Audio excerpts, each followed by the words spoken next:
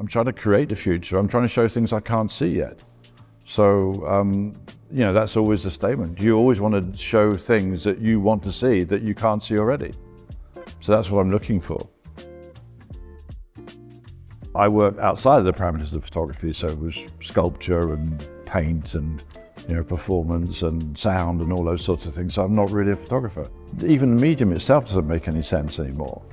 You know, and I think there's a sort of misunderstanding of what photography was and what the new medium is. And I think the problem with calling the new medium photography is it really restricts the new medium. And I think, you know, to sort of say, oh, it's photography when it clearly has so many other possibilities.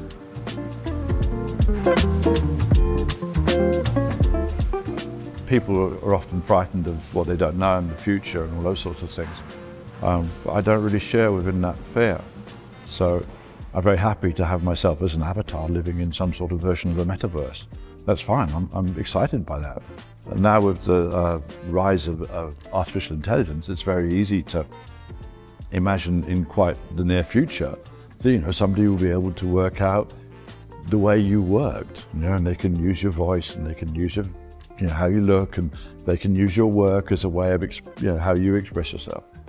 The mistake is to say, oh, that's horrible and dystopian and, you know, a bit like Terminator and to be feared. Of course there is that, but so is life. Life is to be feared too. But I think we have to really engage, as artists, we have to really engage with the whole of the future and to try and shape it in a way which is, you know, has to do with, you know, humanity and love and care and empathy and tolerance and all those sorts of things. Otherwise, who shapes the future? The military? You know, big business? Money? Money and death?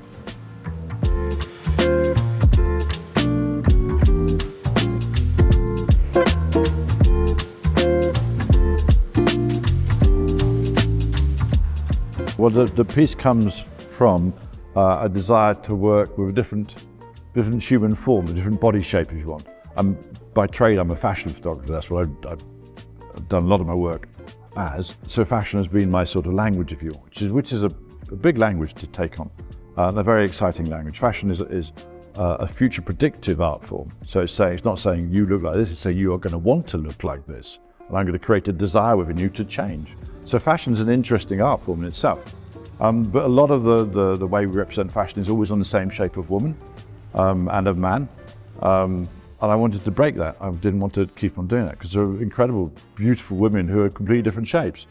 And so I worked with an artist who I've admired for a long time called Michaela, who uses her own body and bodies of other women who tend to be more curvaceous, but she subverts a kind of classical beauty, and by sort of using her body to push it in different directions, restrain it, and then amplify it and really change. So for all intents and purposes, it looks like a sort of subverted version of classical, you know, of how women look at it in classical art.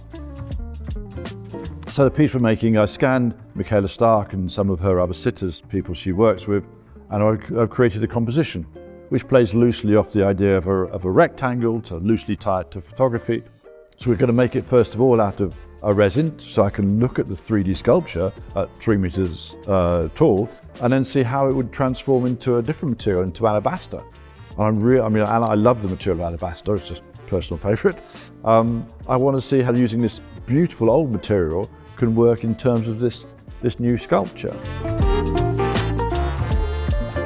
Often when I think about my work, I think about sound, how it would feel as a sound. If I was saying to you, I'm going to make a piece of music that will make you feel, you know, love or make you cry, or you think, oh, that's possible. I've heard music that's made me cry. If I say I'm going to create a photograph that's going to make you cry, you go, yeah, really? You know, so that's what I'm trying to create with a sculpture, something that feels completely harmonious and exciting to walk around, to look at, and, you know, so that's a challenge.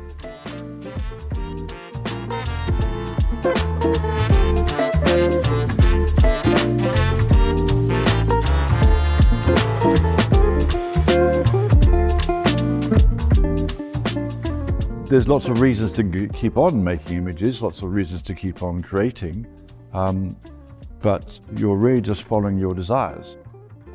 If you ask me what I'd like to be doing in 10 years' time, I'd certainly like to be working with ideas of, you know, kind of telepathy and things which aren't to do with the here and now, to do with a different dimension of existence. So we'll see.